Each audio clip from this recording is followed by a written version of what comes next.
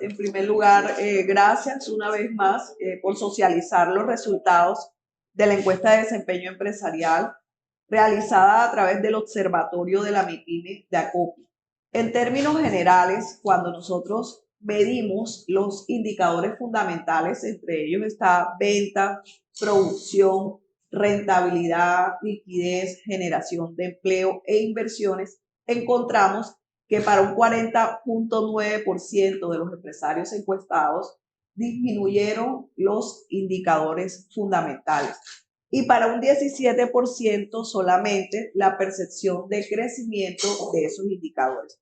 Cuando ya nos vamos a ahondar al tema de producción, encontramos que decreció para el 39.3%. Este decrecimiento en términos de porcentajes es muy parecido al primer trimestre del año pasado. En ventas encontramos una disminución del 42.3% contra un 40.2% del año pasado.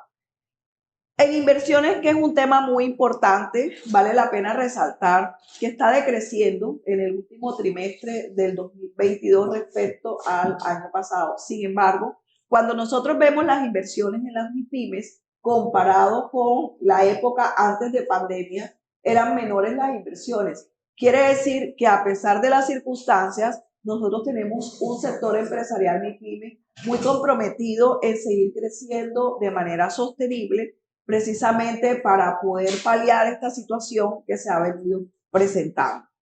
En cuota de mercado, que también es un indicador muy importante, encontramos que el 38.8% manifiesta un decrecimiento comparado con un 36.4% del primer trimestre del año pasado.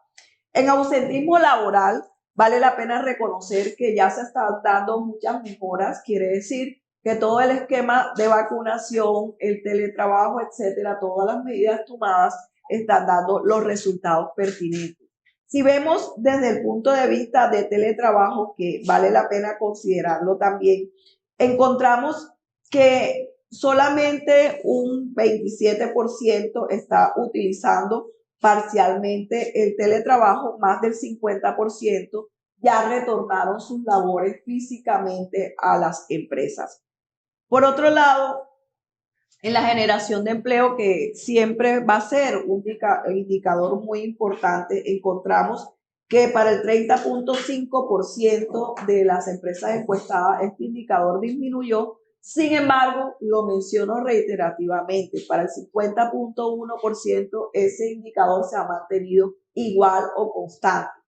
Pero ya cuando comparamos el dato muy preciso en promedio, encontramos una pérdida de empleo en promedio de las empresas encuestadas. Fueron casi 1.000 empresas encuestadas a nivel nacional, de 4 empleos en promedio, contra la generación de nuevos empleos de 2 empleos en promedio. Eso demuestra de una u otra manera que todavía se está dando un proceso de acomodación del talento humano muy amarrado al tema de las habilidades necesarias que nos ha exigido esta etapa post pandemia, y que también ratifica ese más de 500.000 de empleos que hace falta recuperar, empleo perdido por pandemia que no hemos podido recuperar. En conclusión, para los compañeros que acaban de llegar, el 40.9% de los indicadores han tenido o tienen una percepción negativa contra un 17% que tienen una percepción positiva en los indicadores. Ya nosotros, hablando de aspectos muy específicos en la generación de empleo, vale la pena resaltar el empleo de mujer en el retorno total de las escuelas, de los jóvenes, el retorno a clases. Eso movió positivamente las oportunidades para las mujeres, y encontramos que por cada empleado hombre vinculado también se ha vinculado laboralmente una mujer. Eso no quiere decir que la brecha no persiste, porque nosotros encontramos que la brecha en generación de desempleo sigue siendo muy marcada en la mujer comparado con el hombre. El tema de abastecimiento, que también es una medida o un indicador que debemos seguir de manera permanente, encontramos que el 43.60% de nuestros empresarios si tienen la percepción de dificultades en el abastecimiento contra un 56.40% que manifiesta no tener dificultades. De ese 43.6 que tiene dificultades, la mayor dificultad está en la importación, en los procesos logísticos y en los costos que hoy tienen las materias primas.